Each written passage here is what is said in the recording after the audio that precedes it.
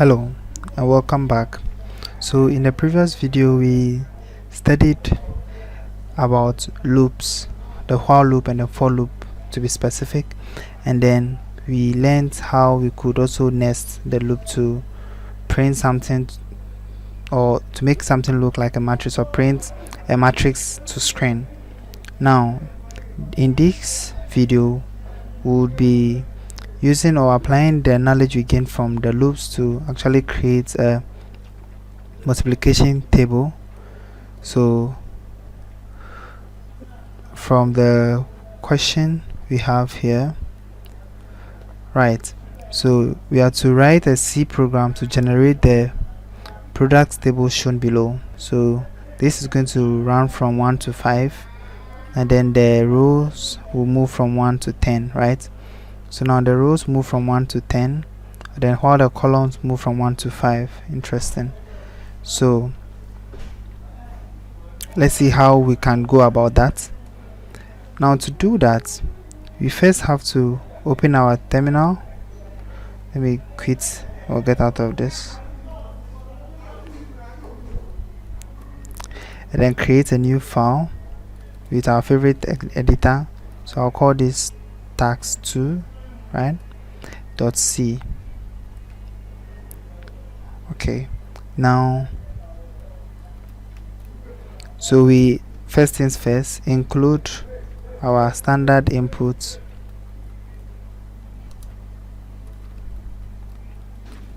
output.h. bear in mind you could also create or use nano in creating these files. You could use any text editor of your choice. So int main function, right, and then this int main function does what? It's returning void. So I'm not returning anything here, so I'll just put the void there. And then okay, now we want to create what? A multiplication table, sorry. So just like any of our tasks or activities, we first have to go to our paper. So let's go to the paper. Now the project we are creating here is a multiplication timetable, right? So multiplication timetable, or let's just call it timetable, sorry, multiplication table. So multiplication table,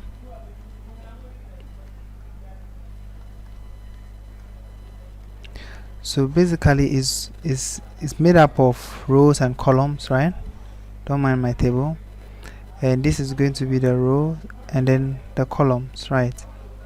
And then we want first, let's see whether we could make it get a square equal number. So let's say from 1 2 3 4, right, and then make this also 1 2 3 4. So and then we know that we can iteratively print elements, right, using a for loop, right, from maybe a condition I equals 1, and then let's see, while I is less than what, probably 5, and then increment the I plus plus, and then here. So in order to get this, we know that we just print what? Our elements, right? Interesting. So once we print this, the I will just print on the screen for us. So we can just print I and C. That's what we did in the previous video. Now, but here lies the case, we still want what? We still want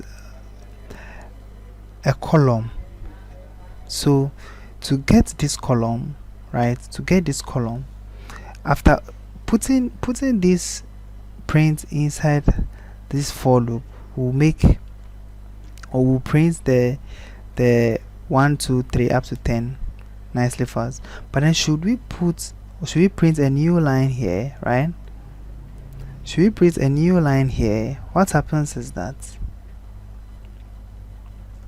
what happens is that after every element has been printed, a new line will print, and then the next element will print. So if 1 prints, right, it prints a new line and then goes to 2, prints a new line, goes to 3, prints a new line, goes to 4, and then stops.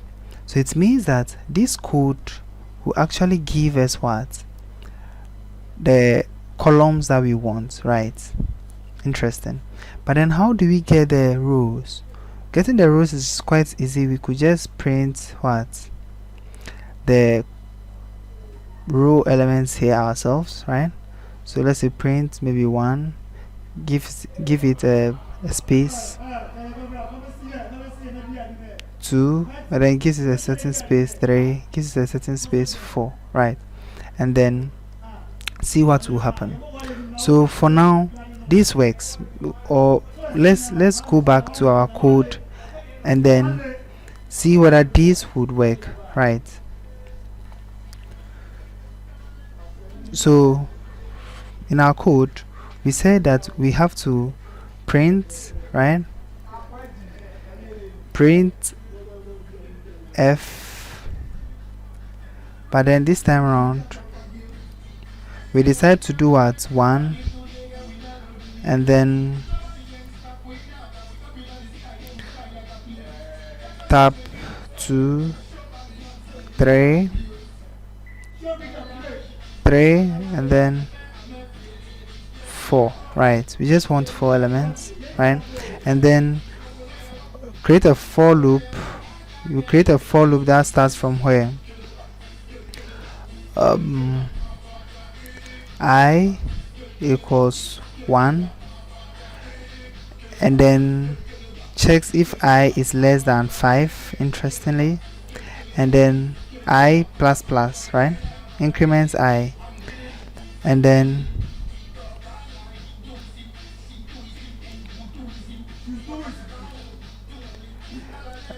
now looking at this we realize that what? You realize that we did not initialize the I, so let's go back and initialize I. It's an integer, so we say that we should print Fi, right? So percentage D here, and then we say that after printing percentage D, if you print a new line, we are printing I.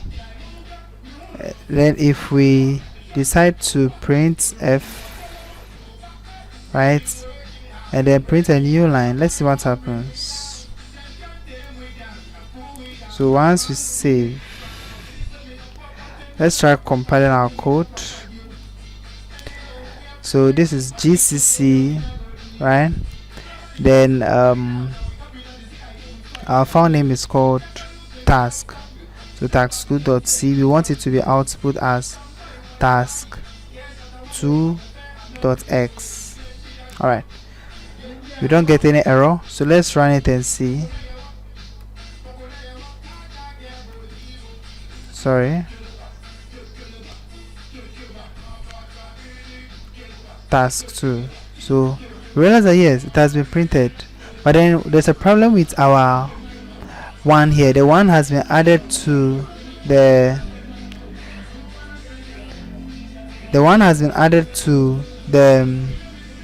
4 here, so we can go back here and then change that or effect that change here by adding a new line here, and then I think that would solve the problem. So put a new line there, and then once we save it, we see that this should work well. Yes, so now it works well. So now we have our rows and then columns. Now all left for us is just to populate this with what? The product of this. So now we go to our canvas and then continue. So now we have been able to print the rows and then the columns.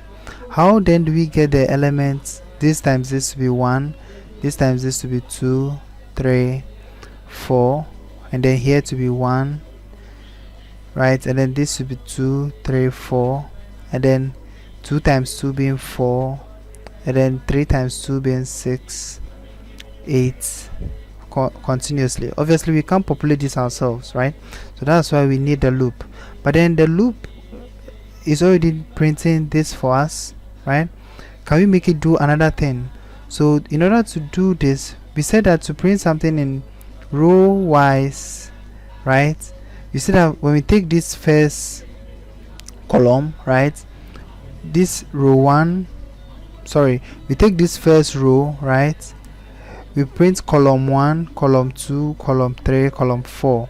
Then we pick this row again and print column 1, column 2, column 3, column 4. And then take this row and then do it column 1, column 2, column 3, column 4. So the only thing that can do this for us is a nested for loop, right? So this for loop will take care of the columns in each row of elements, right?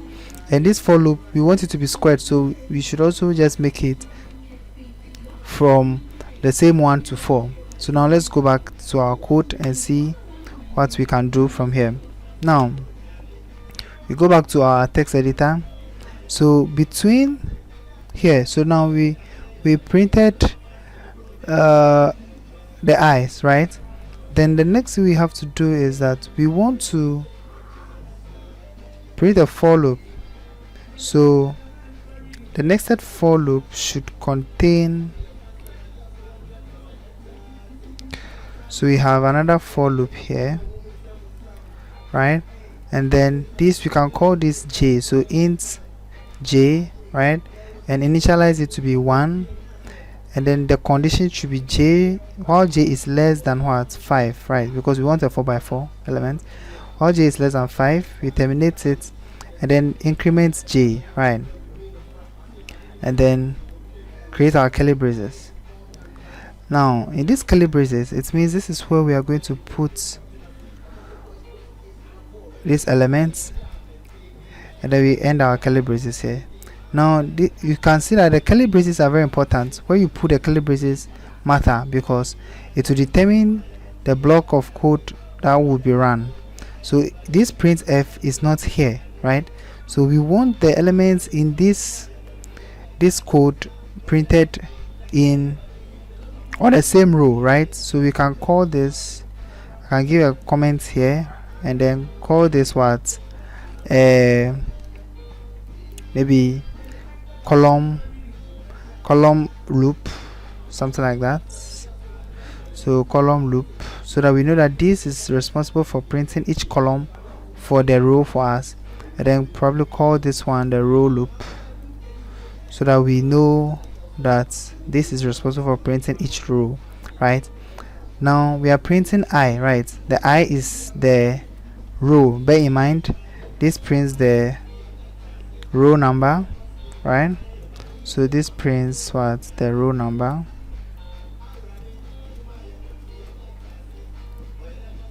and then now it's high time we print our own columns. So for the column, all we have to do is print f, right, and then try to, this is percentage what, d, right, and then comma. Now we want to return the product, right? So product of what, each row element and then column, just 1 times 2. So all we have to do is just do I star j, I star j. So this will return the product. And see, let's see, so let's try and save this and see what happens here. We compile our code and pray we don't get any error. Yes, we don't have any error. So we run this. Interesting. So you could see the 1 1 2 3 and the others here. Interesting. But then the problem here is that they are not spaced. So let's see what we can do there. Now from here, let's see, let's comment this one out. Sorry,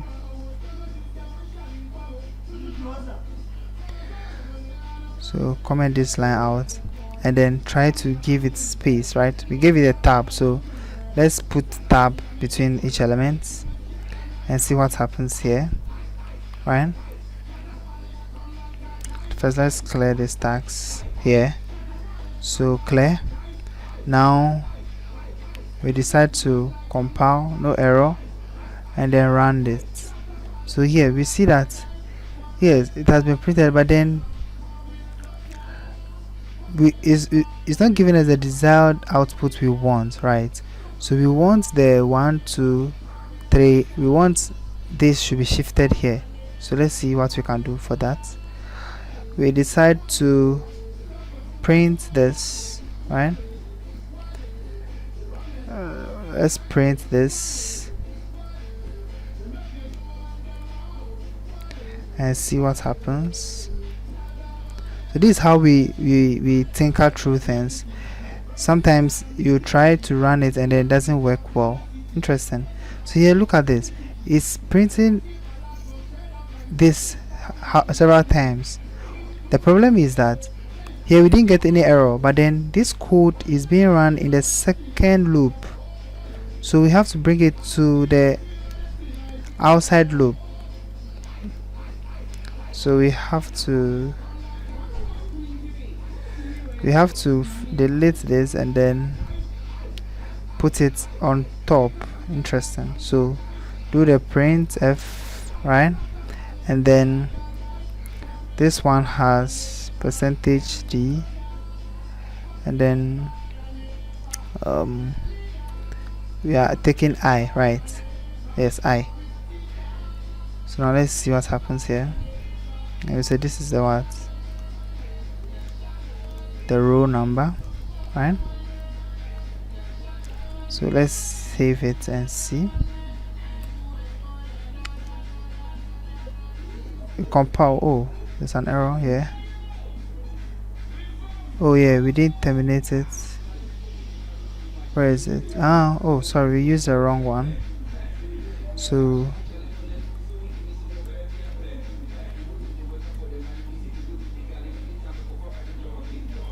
we clear the screen and then we have no error, thank you. And then interesting, so now the 1 2 3 4 is printed well, but then we want the content should be shifted, to be aligned around this. So what do? We just add a tab, right, for this printed version. So all we do is what? We include a tab here, the T, right? Interesting. And then save it and see what happens. So we come back here, run the compile it, no error, and run it. Interesting. So now this has been aligned well for us, right? So here we have this code here aligned nicely. So basically we have done this. So this is our multiplication timetable. 1 times 1 is 1, 1 times 2 is 2. So this is basically what we wanted. So you can decide to work on this first, try to extend this, right? Probably you can increase this to 10, right? And then bear in mind that once you increase this to 10, you have to increase the row, the column title or the column name, right? So let's call this a column name. So this is a column name, right? Column name or column number, right? So this is responsible for the column number, and then for the loop for the row is the outer one, the ones that starts with I. The inner loop is the one that starts with J, and that's responsible for the column. So basically this is how we go about the task, and then I hope you can use this and then build on it. You can just think around through this, add your own spice and salt and anything to it to make it spicy. So thank you for participating in this activity with us. In the next video we'll be looking at functions and then see how we can rewrite these scripts in functions form and make our codes nicer and more effective. Thank you.